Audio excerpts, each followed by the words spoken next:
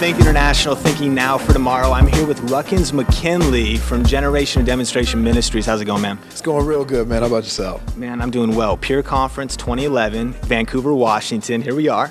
And you just tore it up in a session. What do you think? I think it's awesome, man. I love coming to this conference. I love this region. It's open. The heavens are open. People's hearts are open. The young people are hungry for God. And it's just great being here. Awesome, awesome. Now, your ministry, it's called Generation Demonstration, right? Yes, it is. And speak a little bit, what's the heart behind that name? How'd that come about? What's going on? Well, you know, what God said to me years ago is that this is a generation of demonstration. This generation will demonstrate what they believe in. Whatever it is, from surfing to their views or whatever, they demonstrate what they believe in. And he said there's a spirit of demonstration on this generation. And he says, so if you can get this generation to understand their purpose in Christ, they will demonstrate the power and the love of Christ in a way that no other generation has ever seen before.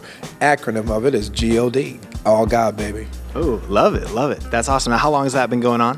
Since 1991. Generation Demonstration. Before that, we were called On Fire Ministries. We were a Christian rap group. You can get our joking album on iTunes called On Fire Dance Like David.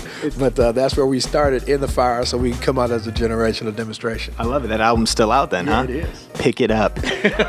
Okay, so now you have a background, you and your wife, in Hollywood and the arts and entertainment, right? Yes. And speak a little bit. God obviously He used that. He brought you into what you're doing now. But we really sense God moving and impacting culture. It's always been its heart. It's happening right now around the earth in various spheres and things. Arts and entertainment, creativity. How does a young person go about it? They feel called to that. What would you call them to do? What would you think they'd do? Maybe to develop their heart and also practically to begin to engage and impact arts and entertainment. Well, you know, the beautiful thing with myself, I mean, like you said, we come out of a Hollywood background. We were former street performers, filmed several different movies and commercials and so forth, nationally as well as internationally. One of our corniest films that we were in is called No Retreat, No Surrender. You can get that on YouTube, and we're in the red suits right in the middle of the club. It is a crack up. I'm the dude with the Jerry curl back then that goes up to the girl and goes, "You want to dance?" And she turns me down, and this and that. But anyway, it was corny, but I got paid. And so with that in mind, when I got saved, God just said, I want you to evangelize the world through rap, dance, and drama. So I was dancing already before I became a Christian.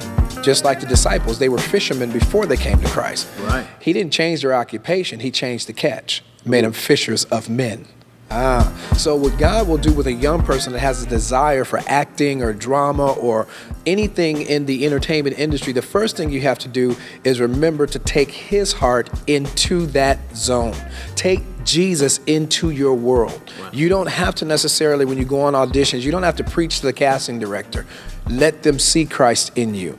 How can they prepare their hearts for that? Spend time in prayer. Make sure that they're hearing from the Lord that this is what the direction that they're called to do it, and dedicate that gift, whether it's singing or dance or drama or whatever it is, dedicate it to him and say, God, you put this passion in me to go into the industry and make a difference. Now you open the door. And as he opens the door, you go through it knowing that he is the door that opened the door, and when you get in the door, he'll make sure that you soar. And that's the key to that. Love it, love it. You travel the world, and you speak, and you have the opportunity to minister in different churches around the world. What do you see God doing right now globally? Right now globally, there is a passion wherever I seem to be. People are looking for the demonstration of the power of God. I mean, like right now in our nation, we know with healthcare and all these different laws that are being passed and different things, more people are hurting and not able to get proper medical care. They're not able to get the things that they need to help them with their cancer or help them with whatever disease that they have. There's nowhere else to go. We need the manifested power of God today like no other time ever. And what the Lord is doing through what I see when I travel, people are being healed of cancers, lupus, AIDS. These are documented things that are happening. People are getting touched and changed by the demonstration of the Christ that is alive today. I like to say Jesus wants to step into their culture, into their world, and show that he's alive. I was preaching one Easter Sunday, and I'll never forget this. Before service, the Lord said to me, the church will be packed today. I'm like, yeah. He goes, well, it usually is Mother's Day and Easter. Yep. He says, I want to ask you a question. And I said, what? He said, are you going to let me prove that I really rose? And I knew it was a trick question. And he said, Easter is nothing more than another service unless you let me show them that I have resurrected and that I am alive. Let me demonstrate today. Wow. And there were more miracles in that service that Sunday. People are still talking about 4 years later. But Jesus wants to show that he is alive. Yeah. And that's what I see globally. There's a hunger for his power and his presence, and he is answering with the demonstration of his love, grace, and power gifts like never before. That's what I'm saying. Love it. Wow, it's amazing. Now, probably one of the most important questions I'm going to ask you. You're a dancer yourself, and so you obviously can observe other people's dancing and stuff. I'm curious your creative opinion on two pretty well-known pastors. If they were to duke it out in a full-on dance battle, you pick the style. Really well-known pastors, Bishop T.D. Jakes versus Chris Hill in a dance-off. I mean, from what you know, who's going to win?